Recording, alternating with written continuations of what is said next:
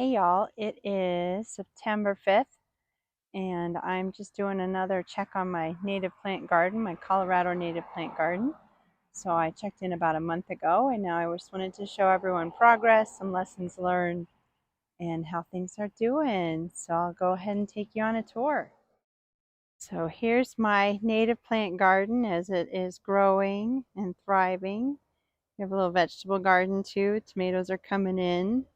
Just doing a big tour, big 360, so you can see where we have the plants and where we have our grass and our little cute little sitting area.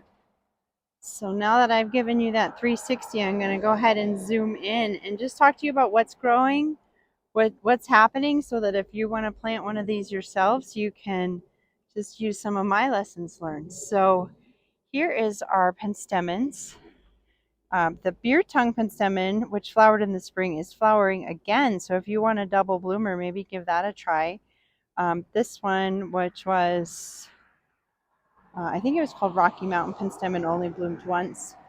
Our blue stem grasses really took off with all the rain we had in June. So they are so tall. You can see our busy street. This is a western sage that is doing really well. The fringe sage, I almost feel like it's gotten too much water this year, so it is kind of flopped over. This penstemon is doing well. It was a step mat. It wasn't doing well earlier, but it seems to have settled in. It's doing pretty good now. This area of our yard is super sunny and hot. I call it my little desert area. And my buckwheats that live over here totally died. And my wine cups are doing great. And I'll show you later in the other side of the garden where we're in part shade. The buckwheats are doing great and the wine cups are not doing well. So that's a little lesson to me. Also over here, the prairie coneflowers are doing well. This rabbit brush I can't even believe it's just been here for not even 5 months. Our yarrow is still growing strong. It is still flowering. My yucca is doing well. My silver sage, my Apache plume is doing really well.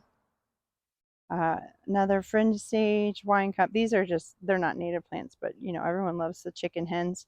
Here is my milkweed. It was flowering for the last month and now it is getting some little seed pods. So that's cool. These are my rice grass and they're pollinating right now.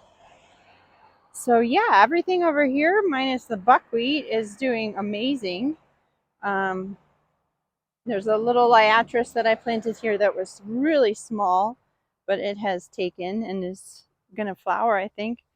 Coming over here past our vegetable garden, we have, these are lead plants that flowered in the spring and they're doing well. This is a liatris that is putting up another flower actually, so that's cool, a little bit smaller.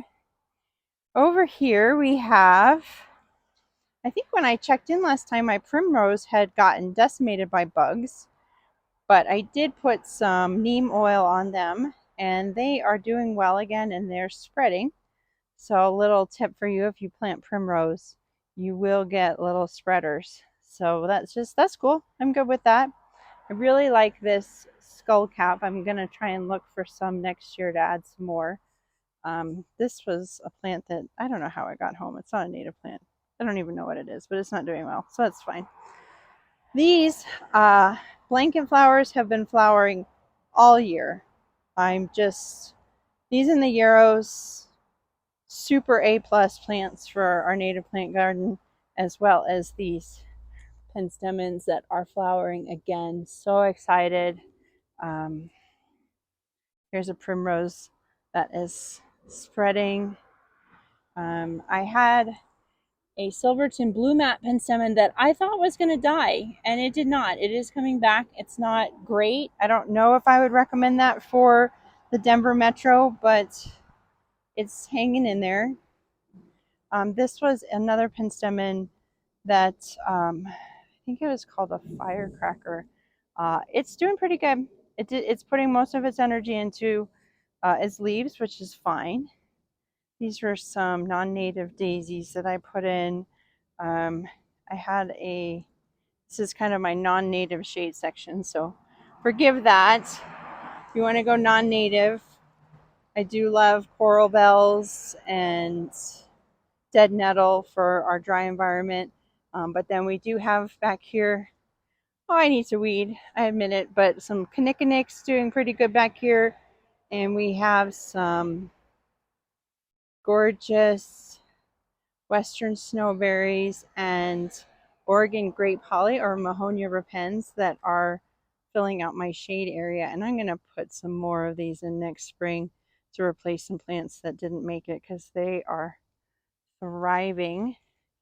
This should have, oh, I think it's already starting to grow. Those will be white berries in the winter. This is a western snowberry. And the Oregon grape holly had yellow flowers in the spring, and then it'll have these purple berries through the winter. So those are great shade plants. Over here is my crappy soil section. Definitely doing some lessons learned here. I do have 2 manzanitas that are doing well. I have 2 manzanitas that died. I do have a penstemon that's doing well here. I have another penstemon that I moved in the hopes that it doesn't completely die. I was telling you my wine cups aren't doing well over here, but the buckwheat's doing great. That's the one that's totally dead over in the other corner of the yard. So I don't know. What can I learn from that? I feel like buckwheat, which grows, this Canna Creek is actually from the top of Grand Mesa on the western slope. It's like at 10,000 feet elevation. So I think it might have gotten too hot down here, to be honest. This is another one. I don't know if it likes the shade because it's doing really well over here, this gazania. But where I had it planted over in full sun, it just died. So learning some things. I had a silver sage that I moved a couple weeks ago because it wasn't getting enough sun. This is my penstemon that I move in a desperate attempt to try and save it. We'll see what happens. And so, yeah, this rabbit brush, not doing as well as the other one, but it's doing okay. I mean, this is lessons learned. This is why I'm sharing this with you guys, so that you can learn from my mistakes and my trial and error and hopefully plant your own native plant garden. So I will send off with a cute little bee that's buzzing around, and thank you so much for checking in with my garden. Talk to you later. Bye. If you like this video or are interested in learning more about native plant gardens, especially ones in Colorado, please give me a thumbs up, comment on my video, or even better, subscribe to my channel. Thanks so much.